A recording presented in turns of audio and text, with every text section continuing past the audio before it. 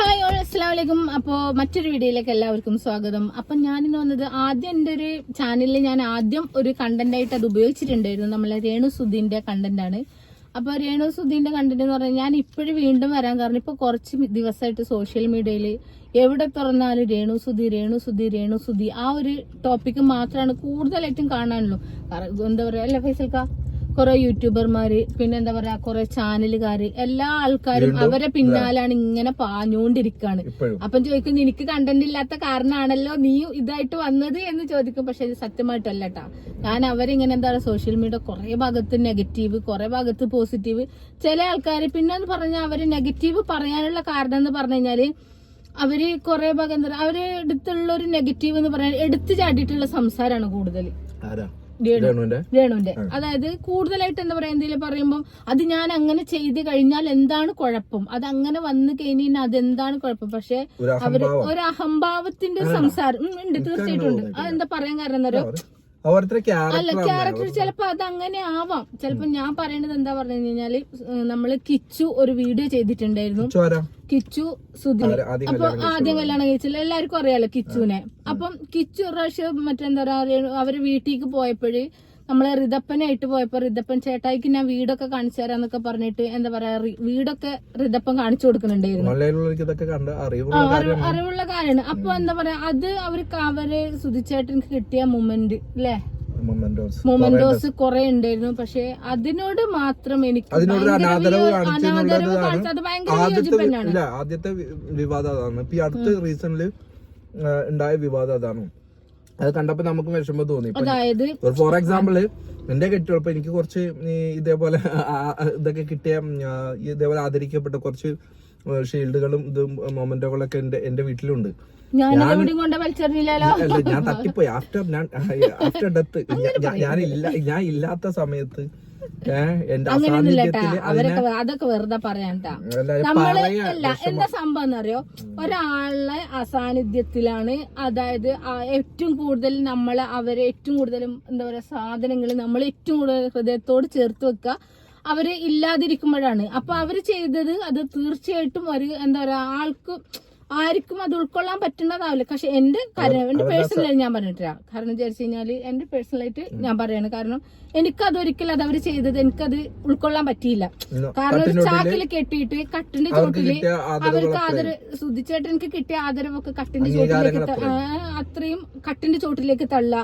എന്നിട്ട് അവർക്ക് കിട്ടിയ സാധനങ്ങളൊക്കെ എന്താ പറയാ ഭയങ്കര പ്രൗഡോടെ അവിടെ വെച്ചിട്ടുണ്ടായിരുന്നു. അപ്പാണ് ആ കുട്ടി രേണുവിന് കിട്ടിയതൊക്കെ അവിടെ വെച്ചിട്ടുണ്ട്. സുധിച്ചേട്ടൻ്റെതൊക്കെ കട്ടിന്റെ ചോട്ടിലേക്ക്. പക്ഷെ പിന്നെന്താ പറഞ്ഞു കഴിഞ്ഞാല് സുധിച്ചേട്ടന്റെ ടാലന്റിന് കിട്ടിയതാണ്. സുധിച്ചേട്ടന് അങ്ങനെ കിട്ടിയത് അതെന്താ പറയാ അത് അത്ര ഇതായിട്ട് കിട്ടിയതാണ്. പക്ഷെ രേണുവിന് കിട്ടിയത് അങ്ങനെ പറയാൻ പാടുണ്ടോ എന്നൊന്നും എനിക്കറിയില്ല. എന്നാലും ചില കോപ്രായങ്ങൾക്ക് കാട്ടിക്കൂട്ടിയതിന് കിട്ടിയതാണെന്ന് പറയാം. പക്ഷെ അവര് ബെറ്ററായി വരുന്നുണ്ട്. പക്ഷെ അതങ്ങനെ ചിലപ്പോ അവർക്ക് അതങ്ങനെ കിട്ടില്ല. പക്ഷെ ഒന്നാമത് അവർ ഏറ്റവും കൂടുതൽ പബ്ലിസിറ്റിയിൽ നെഗറ്റീവ് പബ്ലിസിറ്റിയിലൂടെയാണ് അവർ കയറി വന്നത് ഇല്ലേ. അവര് നെഗറ്റീവ് പബ്ലിസിറ്റിയിലൂടെയാണ് അവർ കയറി വന്നത്. സോഷ്യൽ മീഡിയ അവർ രണ്ട് രീതിയിൽ സോഷ്യൽ മീഡിയയില് നമുക്ക് കിട്ടും. ഒന്ന് നെഗറ്റീവ് പബ്ലിസിറ്റി, ഒന്ന് ഇച്ചിരി കയ്യിൽ വല്ല മരുന്നുണ്ടോ ക്രിയേറ്റീവ് ആയിട്ട് എന്തെങ്കിലും ചെയ്യാനാ പറ്റുമെങ്കിൽ കണ്ടന്റ് ക്രിയേറ്റർ എന്ന നിലയിലും. പിന്നെ ഒരു കാര്യമുണ്ട്, ഈ കണ്ടന്റ് ക്രിയേറ്റർ എന്നൊക്കെ പറഞ്ഞു കഴിഞ്ഞാൽ ഇപ്പോഴും അതിനൊന്നും വലിയ വാല്യൂ ഒന്നും ഇല്ല. നീ ചെയ്യുന്ന പോലെ ഒരു റിസ്ക് ഇല്ല, ഒരു സാധനം പിടിച്ചു വന്നിട്ട് ചെയ്യാം. പക്ഷെ അങ്ങനെയല്ല കേട്ടാ, നല്ല റിസ്ക് ഒക്കെ ഉണ്ട് കേട്ടാ. അല്ല ഇത് പറയാനുള്ളതിന് റിസ്ക് അല്ല, പക്ഷെ അതിന്റെ മേലെ മെനക്കേട് ഭയങ്കരമാണ് കേട്ടോ. അപ്പൊ ആൾക്കാർ വിചാരിക്കും എഡിറ്റിങ് കുറച്ച്, പക്ഷെ അതല്ല കാണുന്ന ആൾക്കാർ ഓൾക്ക് അതിങ്ങനെ പറഞ്ഞു കഴിഞ്ഞാൽ പക്ഷെ എന്താ പറയാ അത് സബ് കൂടി ഇല്ലെങ്കിലുള്ള ടെൻഷൻ, പിന്നെ എന്താ പറയാ അതിന്റെ വ്യൂ കുറഞ്ഞാലുള്ള കാരണം വെച്ചാല് അതൊക്കെ എന്താ പറയാ. പക്ഷെ അതൊക്കെ ടെൻഷനാട്ടാ. അപ്പൊ ഫൈസൽക്ക് അത് നാളെ വാക്കും ഡിന്നർ വെച്ച് ക്ലീൻ ചെയ്യാം. സംസാരത്തിലേക്ക് വരും, നിങ്ങൾ നമുക്ക് വഴിമാറില്ലേ പറയൂ.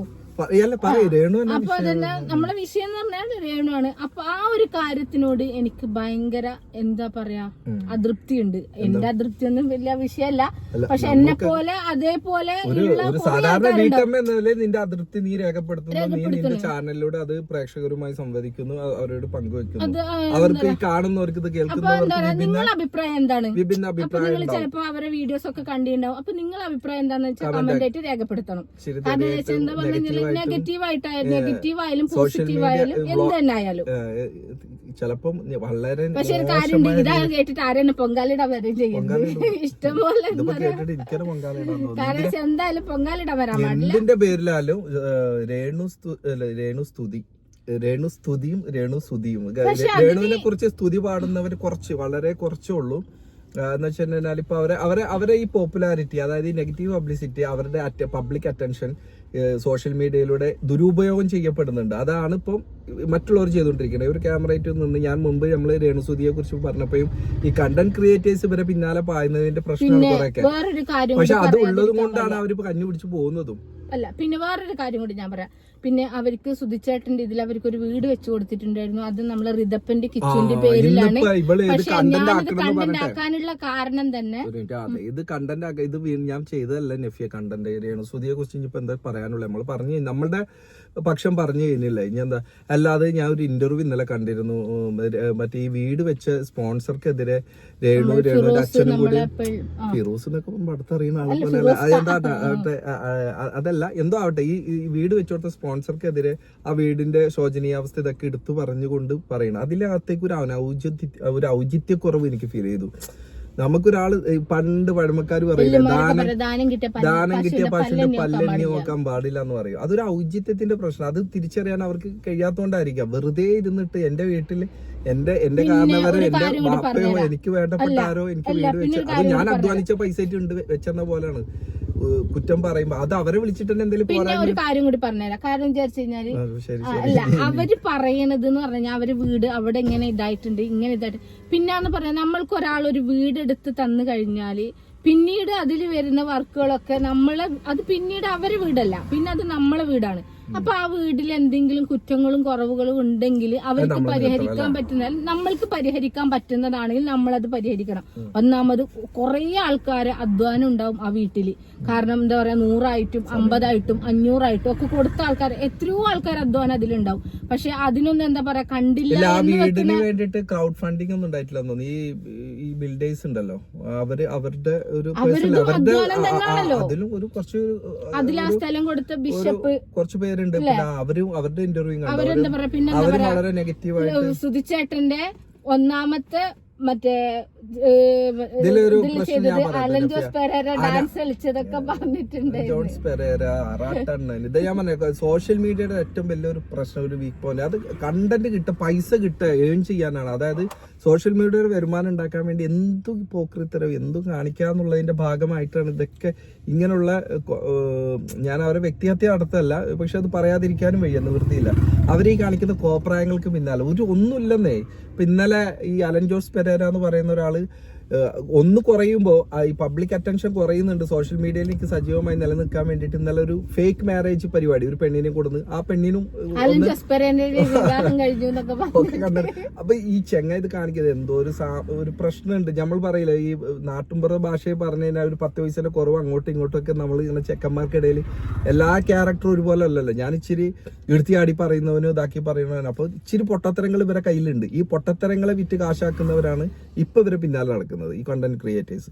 അപ്പൊ അവരെ വഴിക്ക് വിടാനതായിരിക്കുന്നത്. ഇപ്പൊ രേണുസുതിന്റെ കാര്യത്തിലും ഇവര് പിന്നാലെ പായുമ്പോൾ രേണുസുതി ഇപ്പൊ ഒരു പബ്ലിക് ഫിഗറായി മാറി. അത്തരത്തില് ഇപ്പൊ രേണുവിനോട് മറ്റേ സുധിച്ചേട്ടനോടുള്ള ആ സഹതാപം, ആ ഇഷ്ടവും ഒക്കെ രേണുവിലേക്ക് അവരുടെ അസാന്നിധ്യത്തിൽ ഒരു വീട് വെച്ചു കൊടുത്ത് ആ മക്കൾക്ക് ഒരു ഭാവി കെട്ടിപ്പടുക്കാൻ വേണ്ടിയിട്ട് ആ ഒരു സേഫ്റ്റിക്ക് അവരുടെ പേരിലാണ് അത് ചെയ്തു കൊടുത്തിരിക്കുന്നത്. ഒക്കെ ചെയ്തു കൊടുത്തു.